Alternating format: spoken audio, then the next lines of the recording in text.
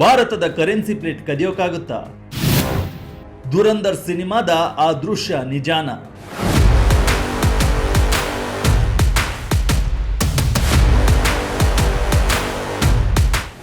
ವೀಕ್ಷಕರೇ ನಮಸ್ಕಾರ, ವಿಜಯ ಕರ್ನಾಟಕ ವೆಬ್ಗೆ ಸ್ವಾಗತ. ನಾನು ಅವಿನಾಶ್ ಒಗರ್ನಾಳ್.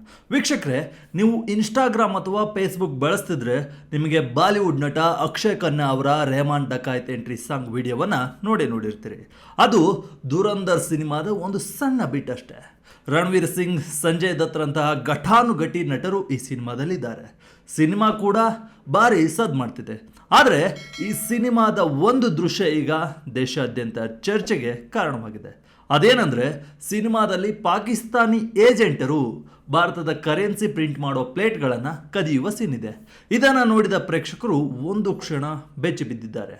ಅರೆ, ನಿಜವಾಗ್ಲೂ ಭಾರತದ ನೋಟು ಪ್ರಿಂಟ್ ಮಾಡುವ ಪ್ಲೇಟ್ಗಳನ್ನು ಅಷ್ಟು ಈಸಿಯಾಗಿ ಕದಿಯಬಹುದೇ? ಒಂದು ವೇಳೆ ಹೀಗೆ ಆದರೆ ದೇಶದ ಕತೆ ಏನು ಎಂಬ ಆತಂಕ ಜನರಲ್ಲಿ ಬಂದಿದೆ. ಆದರೆ ಸಿನಿಮಾದ ಸೀನ್ಗೂ ಮತ್ತು ರಿಯಾಲಿಟಿಗೂ ಬಹಳ ದೊಡ್ಡ ಡಿಫ್ರೆನ್ಸ್ ಇದೆ. ಅದನ್ನೇ ಈ ವಿಡಿಯೋದಲ್ಲಿ ನೋಡ್ತಾ ಹೋಗೋಣ. ಭಾರತದಲ್ಲಿ ನೋಟು ಪ್ರಿಂಟ್ ಆಗೋದು ಹೇಗೆ? ಆ ಪ್ಲೇಟ್ಗಳನ್ನು ಕದಿಯಲು ಸಾಧ್ಯವೇ? ನಮ್ಮ ಫೈನಾನ್ಸ್ ಸಿಸ್ಟಮ್ ಸೆಕ್ಯುರಿಟಿ ಹೇಗಿದೆ? ಮೈಸೂರಿನಲ್ಲಿರುವ ಪ್ರಿಂಟಿಂಗ್ ಪ್ರೆಸ್ ಹೇಗಿದೆ? ಈ ಎಲ್ಲ ರೋಚಕ ಮಾಹಿತಿಗಳನ್ನು ಈ ವಿಡಿಯೋದಲ್ಲಿ ಕಂಪ್ಲೀಟ್ ಆಗಿ ನೋಡ್ತಾ ಹೋಗೋಣ. ಬನ್ನಿ.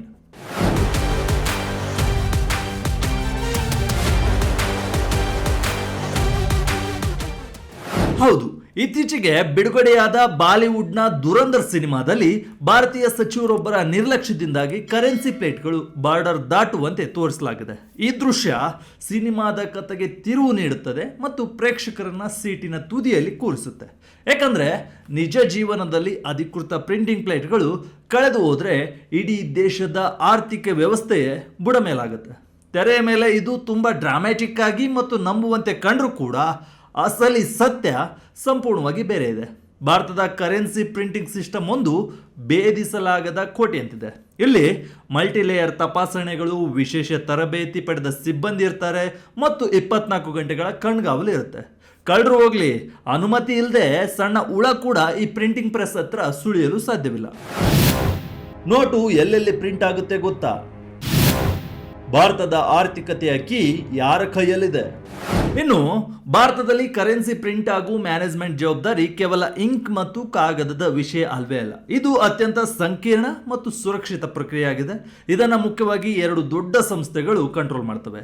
ಮೊದಲನೇದಾಗಿ ರಿಸರ್ವ್ ಬ್ಯಾಂಕ್ ಆಫ್ ಇಂಡಿಯಾ ಪ್ರಮುಖ ಜವಾಬ್ದಾರಿಯನ್ನು ಹೊತ್ತಿದೆ. ನೋಟಿನ ವಿನ್ಯಾಸ, ಬಣ್ಣ, ಗಾತ್ರ ಮತ್ತು ಸೆಕ್ಯುರಿಟಿ ಫೀಚರ್ಗಳನ್ನು ನಿರ್ಧರಿಸೋದು RBIನ ಕೆಲಸ.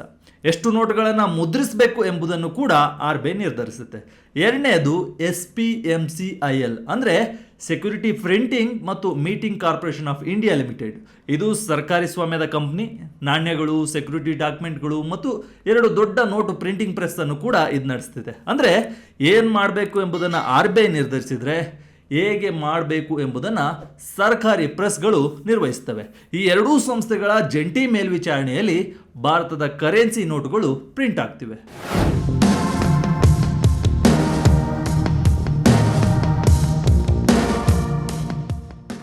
ಇನ್ನು ಭಾರತದಲ್ಲಿ ನೋಟು ಮುದ್ರಣವನ್ನು 4 ಪ್ರಮುಖ ಪ್ರಿಂಟಿಂಗ್ ಪ್ರೆಸ್ಗಳಲ್ಲಿ ಮಾಡಲಾಗ್ತಿದೆ. ಮಧ್ಯಪ್ರದೇಶದ ದೇವಾಸ್ ಮತ್ತು ಮಹಾರಾಷ್ಟ್ರದ ನಾಸಿಕ್ನಲ್ಲಿರುವ ಪ್ರೆಸ್ಗಳು SPMCIL ಅಡಿಯಲ್ಲಿ ಬಂದರೆ, ನಮ್ಮ ಕರ್ನಾಟಕದ ಮೈಸೂರು ಮತ್ತು ಪಶ್ಚಿಮ ಬಂಗಾಳದ ಸಾಲ್ಬೋನಿಯಲ್ಲಿರುವ ಪ್ರೆಸ್ಗಳು ನೇರವಾಗಿ RBI ನಿಯಂತ್ರಣದಲ್ಲಿವೆ. ಈ ಸ್ಥಳಗಳನ್ನು ದೇಶದ ಅತ್ಯಂತ ಸುರಕ್ಷಿತ ಪ್ರದೇಶಗಳಂತ ಪರಿಗಣಿಸಲಾಗ್ತದೆ. ಹಿರಿಯ ಅಧಿಕಾರಿಗಳು ಕೂಡ ಈಸಿಯಾಗಿ ಒಳಗೆ ಹೋಗಲು ಇಲ್ಲಿ ಸಾಧ್ಯವಿಲ್ಲ.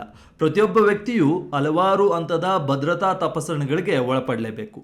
ಇಲ್ಲಿನ ಭದ್ರತೆ ಎಷ್ಟು ಬಿಗಿಯಾಗಿರುತ್ತೆ ಅಂದರೆ, ಇಲ್ಲಿಂದ ಒಂದು ಸಣ್ಣ ಕಾಗದದ ತುಂಡನ್ನು ಕೂಡ ಹೊರಗೆ ತರಲು ಸಾಧ್ಯವಿಲ್ಲ.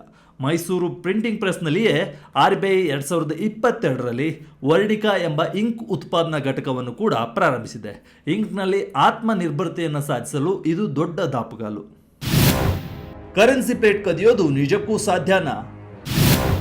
ಪ್ಲೇಟ್ ಕಳ್ಳತನ ರಿಯಲ್ ಲೈಫ್ನಲ್ಲಿ ಅಸಾಧ್ಯ. ಈಗ ಮೇನ್ ಮ್ಯಾಟ್ರಿಗೆ ಬರೋಣ.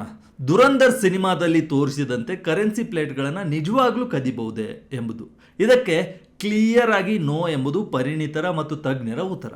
ಕರೆನ್ಸಿ ಪ್ಲೇಟ್ಗಳು ಲಕ್ಷಾಂತರ ನೋಟುಗಳನ್ನು ಮುದ್ರಿಸಲು ಬಳಸುವ ಲೋಹದ ಮಾಸ್ಟರ್ ಟೆಂಪ್ಲೇಟ್ಗಳಾಗಿವೆ. ಇವುಗಳನ್ನು ಬಯೋಮೆಟ್ರಿಕ್ ಭದ್ರತೆ ಇರುವ ವಾಲ್ಟ್ಗಳಲ್ಲಿ ಇರಿಸಲಾಗುತ್ತೆ. ಕೇವಲ ಪ್ರಮಾಣೀಕೃತ ಮತ್ತು ಬೆರಳೆಣಿಕೆಯಷ್ಟು ಸಿಬ್ಬಂದಿಗೆ ಮಾತ್ರ ಇವುಗಳನ್ನು ಮುಟ್ಟುವ ಅಧಿಕಾರವಿರುತ್ತೆ. ಪ್ಲೇಟ್ಗಳನ್ನು ಹೊರತೆಗೆಯುವ ಸಮಯ, ಬಳಸಿದ ಸಮಯ, ಮತ್ತೆ ಲಾಕ್ ಮಾಡುವ ಸಮಯ ಎಲ್ಲವನ್ನೂ ಡಿಜಿಟಲ್ ಮತ್ತು ಲಿಖಿತ ರೂಪದಲ್ಲಿ ದಾಖಲಿಸಲಾಗುತ್ತೆ. ಒಂದು ಕೊಠಡಿಯಿಂದ ಇನ್ನೊಂದು ಕೊಠಡಿಗೆ ಪ್ಲೇಟ್ ಸಾಗಿಸಬೇಕಿದ್ರೂ ಕೂಡ ಅದಕ್ಕೆ ಕಟ್ಟುನಿಟ್ಟಾದ ಡಾಕ್ಯುಮೆಂಟ್ ಬೇಕೇ ಬೇಕು. ಒಂದು ವೇಳೆ ಒಂದೇ ಒಂದು ಪ್ಲೇಟ್ ಹಾನಿಗೊಳಗಾದರೂ ಕೂಡ ಅಥವಾ ಕಾಣೆಯಾದರೂ ಕೂಡ ಇಡೀ ಸಿಸ್ಟಮನ್ನು ರೆಡ್ ಅಲರ್ಟ್ ಮಾಡಲಾಗುತ್ತೆ. ಮತ್ತೆ ತಕ್ಷಣವೇ ಅಲ್ಲಿ ಇನ್ವೆಸ್ಟಿಗೇಷನ್ ಪ್ರಾರಂಭ ಆಗುತ್ತೆ. ಹಾಗಾಗಿ ಯಾರೋ ಬಂದು ಪ್ಲೇಟ್ ಎತ್ಕೊಂಡು ಹೋಗೋದು ಅಸಾಧ್ಯದ ಮಾತು.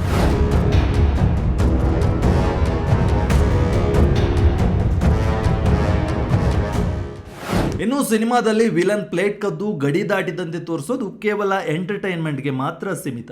ವಾಸ್ತವದಲ್ಲಿ ಪ್ರೆಸ್ನ ಹೊರದ್ವಾರದಿಂದ ಒಳಗಿನ ವಾಲ್ಟ್ವರೆಗೆ ಮಲ್ಟಿ ಲೇಯರ್ ಸೆಕ್ಯೂರಿಟಿ ಇರುತ್ತೆ. ಪ್ರತಿ ಹಂತದಲ್ಲೂ CCTV ಕಣ್ಗಾವಲು ಇರುತ್ತೆ. ಪ್ರತಿಯೊಂದು ಶಿಫ್ಟ್ನಲ್ಲೂ ಕಡ್ಡಾಯವಾಗಿ ತ್ರಿವಳಿ ಸಹಿ ಬೇಕಾಗುತ್ತೆ. ಯಾವುದೇ ಅನುಮಾನಾಸ್ಪದ ಚಟುವಟಿಕೆ ಕಂಡು ಬಂದ ತಕ್ಷಣ ಕೇಂದ್ರ ತನಿಖಾ ಸಂಸ್ಥೆಗಳಿಗೆ ಮಾಹಿತಿ ಹೋಗಿರುತ್ತೆ. ಹೀಗಿರುವಾಗ ಪ್ಲೇಟ್ ಕಳ್ಳತನದ ಕಲ್ಪನೆಯೇ ಹಾಸ್ಯಾಸ್ಪದ ಅಂತ ತಜ್ಞರು ಹೇಳ್ತಿದ್ದಾರೆ. ನೋಟು ತಯಾರಾಗೋದು ಹೇಗೆ? ಇದು ಬರೀ ಪೇಪರ್ ಅಲ್ಲ, ಟೆಕ್ನಾಲಜಿ. ಇನ್ನು ನೋಟು ಮುದ್ರಿಸುವುದನ್ನು ಸಿನಿಮಾಗಳಲ್ಲಿ ಬಹಳ ಸಿಂಪಲ್ ಆಗಿ ತೋರಿಸ್ತಿದ್ದಾರೆ. ಆದರೆ ವಾಸ್ತವದಲ್ಲಿ ಇದು ದೀರ್ಘ ಮತ್ತು ತಾಂತ್ರಿಕ ಪ್ರಕ್ರಿಯೆ. ಮೊದಲಿಗೆ ಡಿಸೈನ್ ಅನ್ನು ಡಿಸೈಡ್ ಮಾಡಲಾಗುತ್ತೆ. RBI ಮತ್ತು ಸರ್ಕಾರವು ಬಣ್ಣ, ಡಿಸೈನ್, ಫೋಟೋ ಮತ್ತು ಭದ್ರತಾ ಫೀಚರ್ಗಳನ್ನು ಫೈನಲ್ ಮಾಡ್ತವೆ. ನಂತರ ಬರೋದು ಕಾಗದದ ಸರದಿ. ಇಲ್ಲಿ ಸಾಮಾನ್ಯ ಪೇಪರನ್ನು ಪ್ರಿಂಟಿಂಗ್ಗೆ ಯೂಸ್ ಮಾಡಲು ಆಗಲ್ಲ. ಇದರಲ್ಲಿ ಹತ್ತಿಯ ಫೈಬರ್ ಇರುತ್ತೆ, ವಿಶೇಷ ವಾಟರ್ ಮಾರ್ಕ್, ಸೆಕ್ಯೂರಿಟಿ ಥ್ರೆಡ್ ಮತ್ತು ಮೈಕ್ರೋ ಫೀಚರ್ಗಳಿರ್ತವೆ. ನಂತರ ಪ್ರಿಂಟಿಂಗ್ ಕಾರ್ಯ ಹಲವಾರು ಹಂತಗಳಲ್ಲಿ ನಡೆಯುತ್ತೆ. ಈ ಹಿನ್ನೆಲೆ ಬ್ಯಾಕ್ಗ್ರೌಂಡ್, ಪೇಸ್ಟ್ ಡಿಸೈನ್, ನಂಬರಿಂಗ್ ಮತ್ತು ಇಂಟ್ಯಾಗ್ಲಿಯೋ ಅಂದರೆ ಉಬ್ಬು ಮುದ್ರಣದ ಪ್ರೋಸೆಸ್ ನಡೆಯುತ್ತೆ. ಇಲ್ಲಿ ವಿಶೇಷ ಇಂಕ್ಗಳನ್ನು ಬಳಸಲಾಗುತ್ತೆ. ಅವು ನೋಟನ್ನು ಬೇರೆ ಬೇರೆ ಕಡೆಯಿಂದ ನೋಡಿದಾಗ ಕಲರ್ ಚೇಂಜ್ ಆಗುತ್ತೆ. ಅಂತಿಮವಾಗಿ ಕಟಿಂಗ್ ಮತ್ತು ಪ್ಯಾಕಿಂಗ್ ನಡೆದು RBIನ ಕರೆನ್ಸಿ ಚೆಸ್ಟ್ಗಳಿಗೆ ಸಾಗಿಸಲಾಗುತ್ತೆ. ಪ್ರತಿಯೊಂದು ನೋಟಿನ ಚಲನವಲನವನ್ನು ಕೂಡ ಇಲ್ಲಿ ರೆಕಾರ್ಡ್ ಮಾಡಿ ಇಡಲಾಗುತ್ತೆ.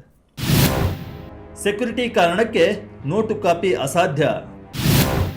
ಜನರಿಗೆ ಗೊತ್ತಾಗದ ಭದ್ರತಾ ಫೀಚರ್ಗಳು ಇವೆ. ಇನ್ನು ಭಾರತೀಯ ನೋಟುಗಳಲ್ಲಿರುವ ಸೆಕ್ಯೂರಿಟಿ ಫೀಚರ್ಗಳು ನಕಲಿ ನೋಟು ತಯಾರಿಸೋದನ್ನ ಬಹಳ ಹಾರ್ಡ್ ಮಾಡ್ತವೆ. ಬೆಳಕಿಗೆ ಹಿಡಿದಾಗ ಕಾಣುವ ಗಾಂಧೀಜಿ ಭಾವಚಿತ್ರ, ನೋಟಿನ ಮಧ್ಯದಲ್ಲಿ ಹಾದು ಹೋಗುವ ಸೆಕ್ಯೂರಿಟಿ ಥ್ರೆಡ್, ಅಂದರು ಮುಟ್ಟಿ ಗುರುತಿಸಬಹುದಾದ ಉಬ್ಬು ಮುದ್ರಣ ಮತ್ತು ಬರಿಗಣ್ಣಿಗೆ ಕಾಣದ ಮೈಕ್ರೋಟೆಕ್ಸ್ಟ್ಗಳು ನಮ್ಮ ನೋಟಿನ ರಕ್ಷಣಾ ಕವಚಗಳಾಗಿವೆ. ಇವುಗಳ ಜೊತೆಗೆ ಸಾರ್ವಜನಿಕರಿಗೆ ಒಂದಿಷ್ಟು ತಿಳಿಯದಂತೆ ಕೆಲವು ಸೀಕ್ರೆಟ್ ಸೆಕ್ಯೂರಿಟಿ ಫೀಚರ್ಗಳನ್ನು ಕೂಡ ನೋಟ್ನಲ್ಲಿ ಅಳವಡಿಸಲಾಗಿದೆ. ಕೆಲವೇ ತಿಂಗಳುಗಳ ಹಿಂದಷ್ಟೇ ನೋಟ್ ಪ್ರಿಂಟ್ಗೆ ಬೇಕಾದ ಇಂಕ್ಗಳನ್ನು ಆಮದು ಮಾಡಿಕೊಳ್ಳಲು RBI ಟೆಂಡರ್ ಕರೆದಿತ್ತು. ಈ ವೇಳೆ ಚೀನಾ ಕಂಪನಿಗಳಿಗೆ ಹಾಗೂ ಚೀನಾ ಜೊತೆ ಸಂಬಂಧ ಹೊಂದಿದ ಕಂಪನಿಗಳಿಗೆ ನಿಷೇಧವನ್ನು RBI ಹೇರಿತ್ತು. ಅಷ್ಟರ ಮಟ್ಟಿಗೆ ನೋಟು ಪ್ರಿಂಟಿಂಗ್ ವೇಳೆ ಭಾರತ ಸರ್ಕಾರ ಹಾಗೂ RBI ಮುನ್ನೆಚ್ಚರಿಕೆಗಳನ್ನು ಪಾಲಿಸ್ತಿವೆ. ಈ ಹಿನ್ನೆಲೆ ಕರೆನ್ಸಿ ಪ್ಲೇಟ್ಗಳನ್ನು ಕದಿಯುವುದು ಹಾಗೂ ಫೇಕ್ ನೋಟ್ ಪ್ರಿಂಟ್ ಮಾಡೋದು ಸಿಂಪಲ್ ಅಲ್ಲ ಎಂಬುದು ಕ್ಲಿಯರ್ ಆಗುತ್ತೆ.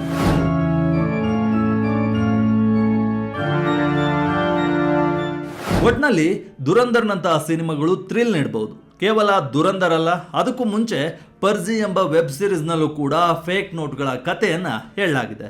ಆದರೆ ರಿಯಲ್ ವರ್ಲ್ಡ್ನ ಕರೆನ್ಸಿ ನೋಟಿನ ಪ್ರಿಂಟ್ನಲ್ಲಿರೋ ಶಿಸ್ತು, ತಂತ್ರಜ್ಞಾನ ಮತ್ತು ಕಟ್ಟುನಿಟ್ಟಾದ ನಿಯಮಗಳ ಮೇಲೆ ನಿಂತಿದೆ. ಸಿನಿಮಾದಲ್ಲಿ ಖಳನಾಯಕ ಪ್ಲೇಟ್ ಕದ್ದು ಓಡಿ ಹೋಗ್ಬೋದು, ಆದರೆ ನಿಜ ಜೀವನದಲ್ಲಿ ಆ ಪ್ಲೇಟ್ಗಳು ಸಿನಿಮಾ ಕಲ್ಪನೆಗೂ ನಿಲ್ಕದಷ್ಟು ಸುರಕ್ಷಿತವಾಗಿವೆ ಎಂಬುದನ್ನು ನಾವು ಕ್ಲಿಯರ್ ಆಗಿ ಅರ್ಥ ಮಾಡ್ಕೊಳ್ಬೇಕಿದೆ. ಇದು ವಿಜಯ ಕರ್ನಾಟಕದ ವಿಶೇಷ. ಇದೇ ರೀತಿಯ ಹೆಚ್ಚಿನ ವಿಡಿಯೋಗಳಿಗಾಗಿ ವಿಜಯ ಕರ್ನಾಟಕ ವೆಬ್ಬನ್ನು ಫಾಲೋ ಮಾಡಿ, ಯೂಟ್ಯೂಬ್ನಲ್ಲಿ ಲೈಕ್ ಮಾಡಿ, ಫೇಸ್ಬುಕ್ನಲ್ಲಿ ಶೇರ್ ಮಾಡಿ. ಧನ್ಯವಾದ.